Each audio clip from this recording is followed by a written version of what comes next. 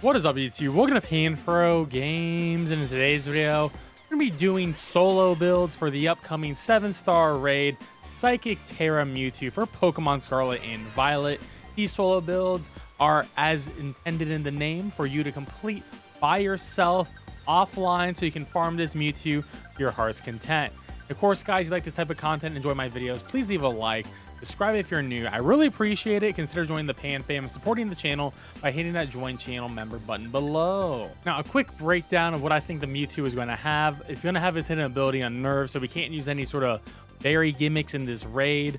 And we got to make sure the Pokemon that you are using has a really good special defense stat, but also a pretty decent defense stat in general, because the Mewtwo has phenomenal coverage moves and incredibly powerful moves like Side Strike, which is a signature move, which can hit your physical defense, but also a bunch of special moves like Aura Sphere and Shadow Ball to hit you on the special defensive side. And with base 154 special attack, you need to be able to survive, so it's going to be very important to have some sort of HP sustained with regen, with like Shell Bell as your item.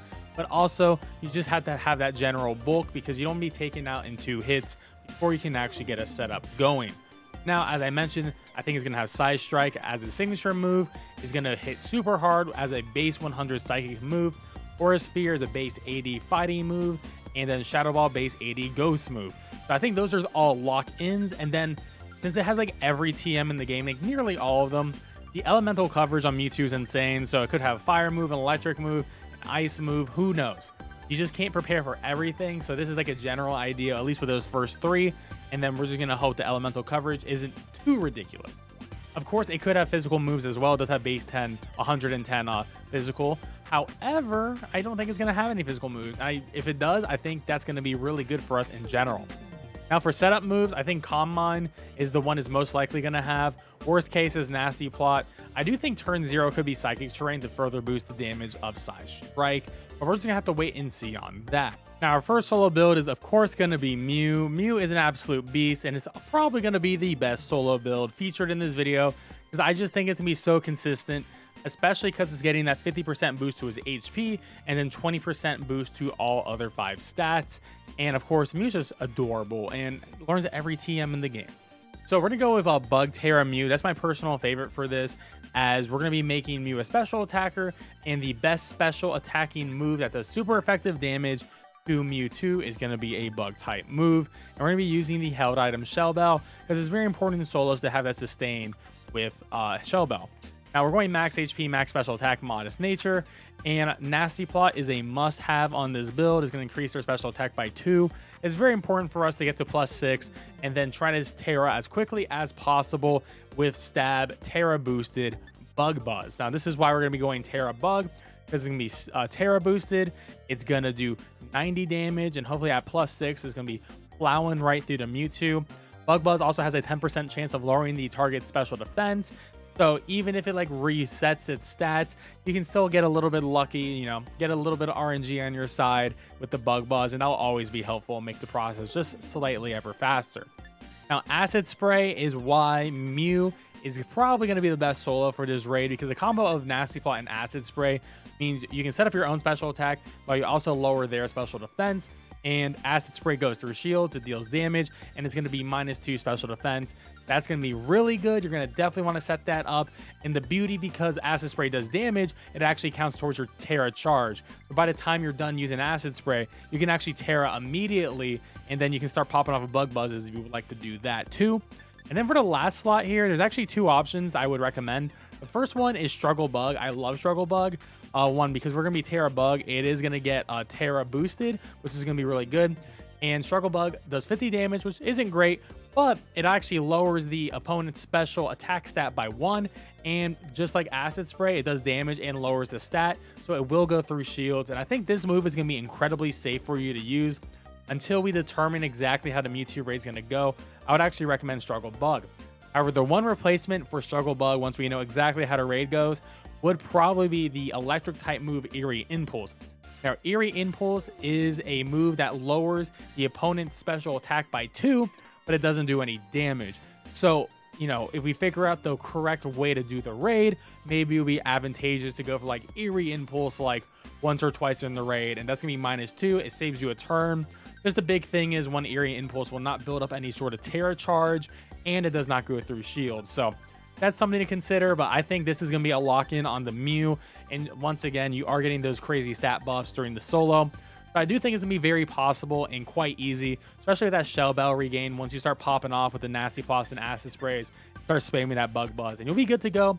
And I would maybe recommend 1 or 2 or 3 Struggle Bugs in the raid, just to keep that Mewtwo from doing anything too crazy to you overall.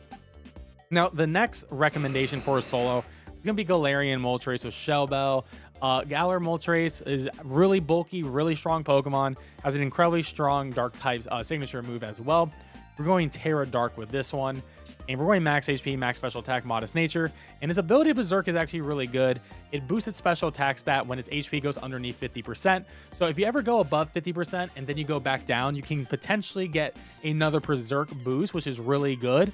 So you can sort of like exploit that in a way, because the Mewtwo is going to be hitting us quite hard because we do have the Shell Bell. There's going to be opportunities for when you go under 50%, get a free special attack boost, then you go back with the Shell Bell and you damage, then you go back under. So there's going to be some opportunity for that, which is going to be really nice, and that's going to save us some turns so we don't have to use Nasty Plot too much. But of course, we do have Nasty Plot to increase our special attack stat by 2. It's going to be absolutely necessary. And then our signature move is going to be Fiery Wrath. I would recommend using a PP max on this, so you have 16 instead of 10 of these. It does 10 more damage than Dark Pull, so that's really good. So definitely a very strong move. Our move to lower special attack is going to be Snarl. Snarl's really good. It has a chance of missing, but it is going to be stab and super effective here. And of course, going to get that Terra boost too if you get in that situation where you really need to start lowering that special attack stat in the Mewtwo. It can miss, 5% chance of missing, but Snarl's going to be really strong. And if the Mewtwo does have any setup moves, like when the shields go up, you can actually probably predict a taunt and, you know, prevent like a Nasty Plot or a Calm Mind coming out of the Mewtwo. That can be incredibly helpful. Now, the big difference between like Galarian Moltres and Mew, besides not getting all the stat buffs from the special raid here, is we don't have a way to lower that special defense. So that is going to be a pretty big minus.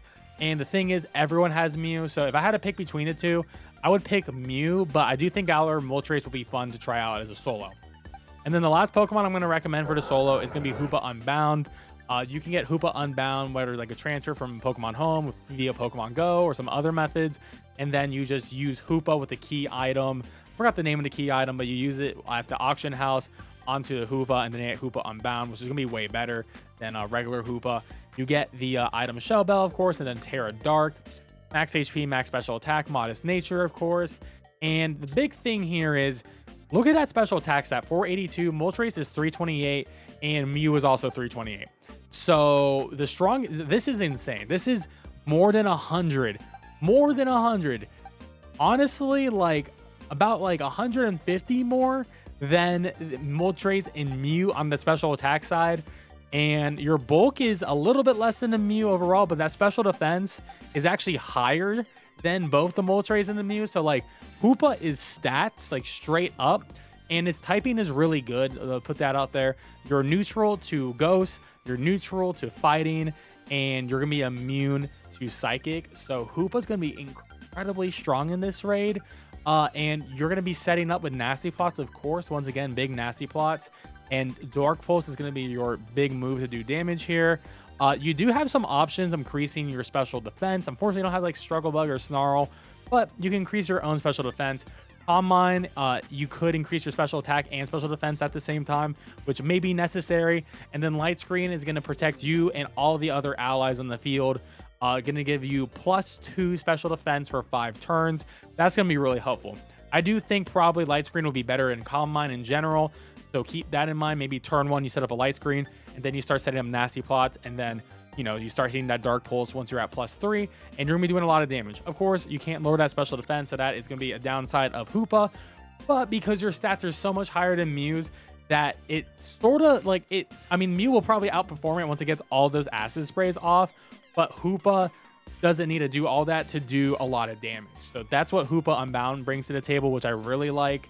So I would probably pick maybe Mew as my favorite, but then Hoopa Unbound probably my close second, and then Galarian Moltres out here.